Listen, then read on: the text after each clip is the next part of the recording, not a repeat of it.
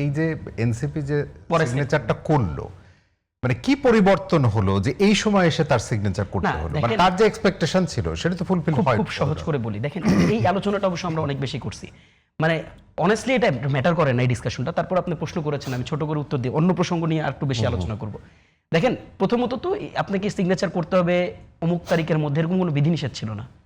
এবং আমরা ছিল 31 নভেম্বর মধ্যে, না ওটা বিধিনিষেধ ছিল না, ওটা কোনো রকম আপনাদের জন্য ডেট বাড়াইছে 13 নম্বর থেকে 31 নম্বর বাড়াইছে, কোনো রকম বিধিনিষেধ ছিল, আইনি কোনো বিধিনিষেধ ছিল না, কিন্তু আপনাদের জন্য ডেটটা বাড়ানো হচ্ছে। আমরা আমাদের একটা ওয়ে অফ মানে অ্যাক্ট ছিল, সেটা হচ্ছে যে আমরা আমাদের অ্যাকশনে প্রুফ করব, আমরা চেষ্টা করব। এবং ইতিমধ্যে তিনি এন্ডোর্স করেছেন, আমার সহ-আলোচক, যে এই প্রক্রিয়ায় সবচেয়ে বেশি আমরা ইনপুট দেওয়ার চেষ্টা করেছি এবং এই জুলাই সনদকে রেফারেন্ডাম পর্যন্ত নিয়ে যাওয়ার ক্ষেত্রেও আমাদের একটা অগ্রণী ভূমিকা ছিল। কাজেই দেখেন, আমার কাছে মনে হয় যে অ্যাকশনকে কোশ্চেন করলে আপনি উত্তরটা পেয়ে যাবেন, আমি আর এটাকে নতুন করে বড় করলাম না। দেখেন, এখানে খুব টেকনিক্যাল একটা ডিসকাশন আমাদের শ্রদ্ধেয় আলোচক রাকিব ভাই এনেছেন।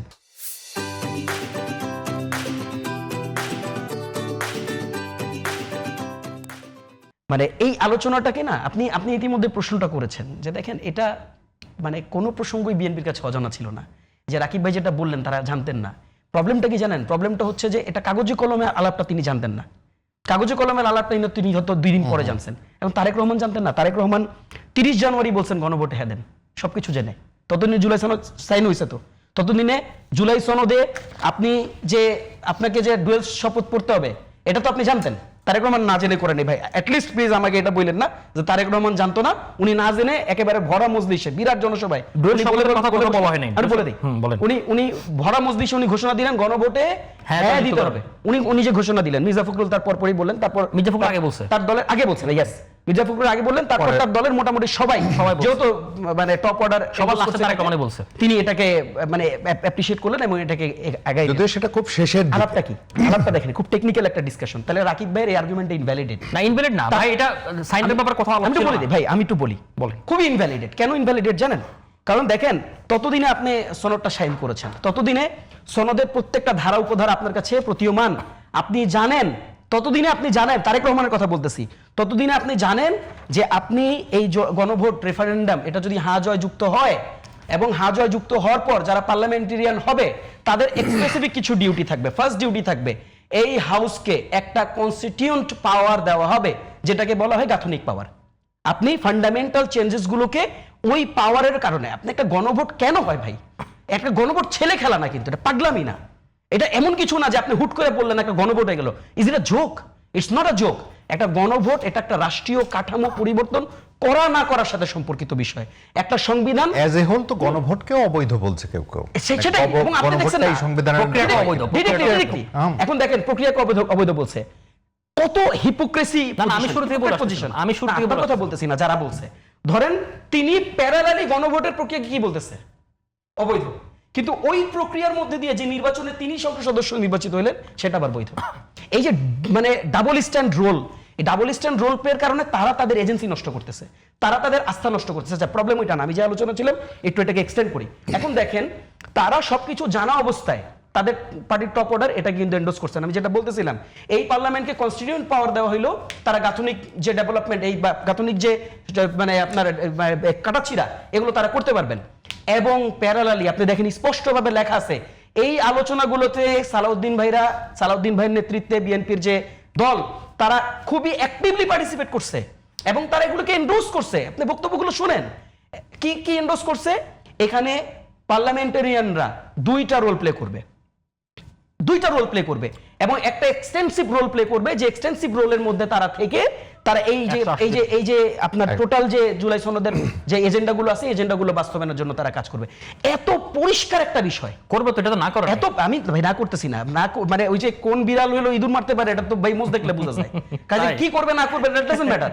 আপনি ঘুমের থেকে উঠা বললেন কি এটাকে আগে আপনারা টের পেয়েছেন? আমরা টের পাইছি বলেই তো আপনার পক্ষতে আমরা আলোচনা করে গেছি। আপনি দেখেন, 3 জোটের রূপরেখার ব্যাপারে আমরা বলি নাই যে আমরা এদেরকে বিশ্বাস করতে চাই না। দেখেন আমাদের আলোচনা আছে, আমরা এই জন্যই বলছিলাম, কারণ আমরা জানি যে ঘুম থেকে উঠার পর যখন তারা এই যে জয়জয়কার, 2টাই তো ম্যান্ডেট, আপনি কোন ম্যান্ডেটকে অস্বীকার করতে পারবেন? দেখেন তো, সুযোগ নাই আপনার। আপনাকে যখন সাধারণ মানুষ হ্যাঁ ভোট দিল ভাই, বিএনপি কিন্তু এটা কিন্তু সব ভোট, ক্ষেত্রে এটা রিয়াজ কিন্তু একটু ভোট। যদি আমরা অ্যাড করি, মানে এই আলোচনাগুলো যে খুব স্মুথলি হয়েছে তা তো না, জি, এর মধ্যে অনেক মতবিরোধ হয়েছে। বিএনপির সাথে এই জায়গায় হয়েছে। আনতে গেলে অনেক প্রক্রিয়া তো হয় নাই। অনেক রকম, এখন আমি আপনাকে পরিষ্কার করে দিই, মতবিরোধ এবং হয়েছে না? তাদের সংস্কারের জায়গায় কিন্তু বারবার তারা 31 দফার কথাই বলার খুবই চেষ্টা করছে, সংসদের খুবই মধ্যে। চমৎকার আপনি আপনার 31 দফার কথা বলছেন, খুবই ভালো। আপনি 31 দফার কথা বলছেন না? আচ্ছা, 31 দফার যে সমস্ত পয়েন্ট আপনার সাথে জুলাই সাবস্ক্রাইব করেন, 17টা আপনার নোট অফ ডিসেন্ট ছিল কি ছিল না? ছিল তো। আচ্ছা, আপনার নোট অফ ডিসেন্ট থাকা অবস্থায় আপনার মানে শপথ নিলে কি সমস্যা হইতো? এখন আজকে আমি দেখলাম বিভিন্ন জায়গায় নতুন একটা যুক্তি তৈরি হইতেছে। নতুন যুক্তিটা কি জানেন? আজকে দেখলাম একজনের সাথে শো করলাম, আমি তার সম্মানের কারণে তার নামটা না বলি, তিনি এখন খুবই জোরালো ভাবে আজকে একটা যুক্তি নিয়ে আসলেন যে যারা এই শপথ পড়তো তাদের এমপি শপথ বাতিল হয়ে যেত। তো আমি তাকে জিজ্ঞেস করলাম, এমপি শপথ বাতিল হয়ে যেত, আপনি এটা কনস্টিটিউশনে কই পাইছেন? কই এটা আমি এটা পাইছি না, এই আলোচনাটাও আছে। এবং আপনি দেখেন it's a very vague discussion. পরের শপথটা নিলে প্রথম আচ্ছা, তাহলে এমপি শপথ যদি বাতিল হয়ে যেত তাহলে তো বাংলাদেশে এখন কোনো বিরোধী দল নাই, আইডিয়ালি থাকার কথা না তো। মানে এরা তো সবাই শপথ পড়ছে, তো কারো এমপি তো নাই। কাজেই দেখেন এই ধরনের ভেগ ডিসকাশন করে দিন শেষে মানুষকে কনফিউজ করা ছাড়া অন্য কিছু হবে না। হোয়াট উই এক্সপেক্ট, আপনি খুব ইজিলি আপনি এটাকে ইজি করতে পারতেন। আপনার তো 2/3 মেজরিটি আছে রে ভাই, না নাই? আপনি 2/3 মেজরিটি অলমোস্ট আপনার কাছে আছে। মানে হয় কি, এই আলোচনাটা করলে অনেকে কষ্ট পাবে।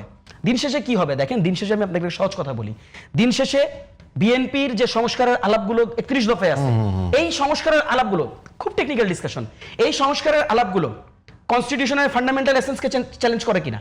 করে। আপনি যখন ডুয়েল পার্লামেন্টের কথা বলবেন, উচ্চকক্ষের কথা বলবেন, উচ্চকক্ষের কোনো ধারণা আপনার সংবিধান আছে? আছে কিনা? আমি তো বললাম, নাই তো। এই কারণে বললাম, আমি তো এই কারণে নাই তো। বললাম। কাজেই দেখেন, এই যে দেখেন বিএনপি দোহাই দেয়, বিএনপি দোহাই কি, হায় হায় হায় হায় সংবিধানে হাত দিলেই কোর্টে চ্যালেঞ্জ হবে। আরে ভাই, তুমি সংবিধানের যে 31 দফা নিয়ে আসছো, তোমার সংবিধানে 31 দফা যদি তুমি হাত দিতে চাও, সেটা তো কোর্টে চ্যালেঞ্জ হইতে পারে। তোমার ক্ষেত্রে কোর্টে চ্যালেঞ্জ ম্যাটার এটা তো করবে না। পার্লামেন্টের ডিসকাশনের মধ্যে দিয়ে ডিসকাশনের মধ্য দিয়ে হইলেও চ্যালেঞ্জ হইতে পারে। কিভাবে হইছে ভাই? পঞ্চদশ সংশোধনী, হাসিনা তফসিল হাসিনা গণভোট বাতিল করছিল না 2024 সালে? বদিউল আলম মজুমদার স্যার কোর্টের চ্যালেঞ্জ করে দিয়েছে, বাতিল কি করে হইছে? বাতিল হইছে না? এভাবে করে কত কিছু যে বাতিল হইছে আর আবার রিডু হইছে। আমরা এই দেখেন, এই পুরো আলোচনাটার আরেকটা মুদ্রা কথা বলে দিই, এই সামগ্রিক যে দীর্ঘ সময়ের যে আমাদের মানে অস্বাভাবিকতা, কেন দেখেন আজকে কততম সংশোধন চলতেছে? ষোড়শ 18টা শেষ হয়ে গেছে। তাহলে দেখেন দিন শেষে কি হয়েছে? বিএনপি এসে আওয়ামী লীগেরটাকে চ্যালেঞ্জ করছে, আওয়ামী লীগ আসছে বিএনপিটাকে চ্যালেঞ্জ করছে, বিএনপি আসছে আওয়ামী লীগেরটাকে চ্যালেঞ্জ করছে। এই যে ডামাডোল, এই যে একটার পর একটা, এটার সবচেয়ে ভালো সমাধান দেশনেত্রী, আপসীন নেত্রী বেগম খালেদা জিয়া দিয়েছিলেন। কি বলেছিলেন জানেন? তিনি বলেছিলেন জনগণের সরকার যেদিন প্রতিষ্ঠিত হবে সেই দিন এই 72-এর সংবিধান ছুঁড়ে ফেলে দেওয়া হবে। আপনি দেখেন, আপনি আপনার দলের নেত্রীর কথা সাবস্ক্রাইব করেন নাই কোনোদিন। এই প্রবলেমটা আমরা জিয়ে রাখছি। আমি কি 71-এর চেতনা বিরোধী? আমি 71-কে ধারণ করি, আমি লাল সবুজের পতাকাকে ধারণ করি, আমি আমার দেশের মানুষকে ধারণ করি। আমার রাস্তায় নামার দরকার ছিল না তো। আমি প্রাইভেট বিশ্ববিদ্যালয়ের স্টুডেন্ট ভাই, আমি চাকরি করতাম ওই সময়। আমার কোন রকম রাস্তায় নামার দরকার ছিল না এই আন্দোলন। আমার কিসের কোটার দরকার ছিল? আমি ওই সময় যে বেতন পাইতাম, অনেক ভালো বেতন পাইতাম, আমি তো রাস্তায় নামছি কার জন্য নামছি? এখন আমি চাকরি করি, উনি জানে, এই আমার সমালোচক জানে। এখন আমি প্রত্যাশিত কেন জানেন? এটা এই দেশের জন্য আমরা নামছিলাম, আমরা স্বাধীনতার বিপক্ষের জন্য নামি নাই। আমরা বাংলাদেশের যে এই যে জটিলতা, সারাটা জীবন জিয়ে রাখা যে জটিলতা, একজন আসে ভাই তত্ত্বাবধায়ক সরকার বাতিল করে দেয়, আর একজন 16 বছর ধরে তত্ত্বাবধায়ক সরকারের জন্য ফাইট করে, এরপর এটা অর্জন হয় না। তাহলে নতুন প্রত্যাশার জায়গা তাহলে কি তৈরি দিস ইজ দ্য কেস। কারণ হয় কি, আপনি এই প্রবলেমটা জিয়ে রাখবেন কেন জানেন? কারণ এই প্রবলেমের ফাঁকফোকর দিয়ে আপনি আপনাকে স্টেবল করার চেষ্টা করবেন, এবং আপনি রাষ্ট্রকে দিন শেষে আপনি রাষ্ট্রকে কিছু দিবেন না, আপনি আপনার দল এবং আপনি আপনার কাছেই সবকিছু রাখবেন।